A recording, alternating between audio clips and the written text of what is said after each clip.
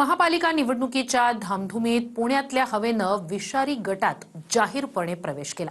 त्यामुळे निरोगी हवेचं डिपॉझिट जप्त होऊन श्वसन संस्थेची प्रतिष्ठा पणाला लागली। पाहूया हा रिपोर्ट।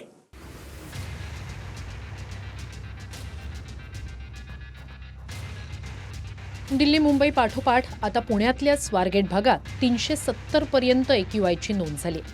ही हवा फक्त श्वसनाच्या आजारांनी ग्रस्त लोकांसाठीच नव्हे तर निरोगी लोकांसाठीही धोकादायक आहे। आपण कितीही मोठे दावे करत असलो तरीही जगातील प्रमुख शहरांच्या तुलनेत आपल्या मोठ्या शहरांची काय अवस्था करून ठेवली आहे त्याच्या तुलनेची ही आकडेवारी पहा। दिल्लीचा AQI आज 300 ते 550 हून अधिक होता। ही हवा धोकादायक श्रेणीत येते। पुण्याच्या स्वारगेट भागात 372 AQI नोंदवला गेला। ही हवा देखील धोकादायक श्रेणीत येते। मुंबईत 170 ते 280 पर्यंत AQI होता, श्रेणी आरोग्यास अपायकारक। चीनची राजधानी बीजिंगमध्ये 100 ते 200चा AQI, श्रेणी मध्यम।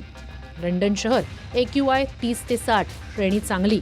न्यूयॉर्क AQI 20 ते 50, हवेची श्रेणी उत्तम। परदेशातल्या या बहुतांश शहरांमध्ये कारखाने आणि उद्योगही आहेत, मात्र बिल्डरांसहित सर्व व्यवस्थेवर कायद्याचा वचक असल्यामुळेच तिथली हवा शुद्ध आहे। डोंबिवलीत तर याआधी प्रदूषणामुळे हिरवा पाऊस पडला, त्यानंतर रातोरात रस्ते गुलाबी झाले आणि आता MIDCच्या गटारांमधून चॉकलेटी रंगाचा धूर निघणं सुरू झालंय। सागाव परिसरात वाढत्या प्रदूषणामुळे MIDC भागातल्या गटारांमधून चॉकलेटी रंगाचा धूर बाहेर पडतोय। आजूबाजूच्या भिंतीही त्या धुरानं रंगल्यात।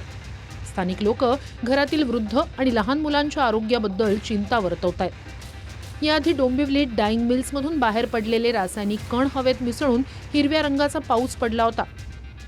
याच महिन्यात गटार स्वच्छतेवेळी केमिकलवर पाण्याचा फवारा मारल्यानं रस्ते गुलाबी झाले होते। आता तर धूरही चॉकलेटी रंगाचा निघू लागलाय। सुनील जाधव, TV9 मराठी, डोंबिवली।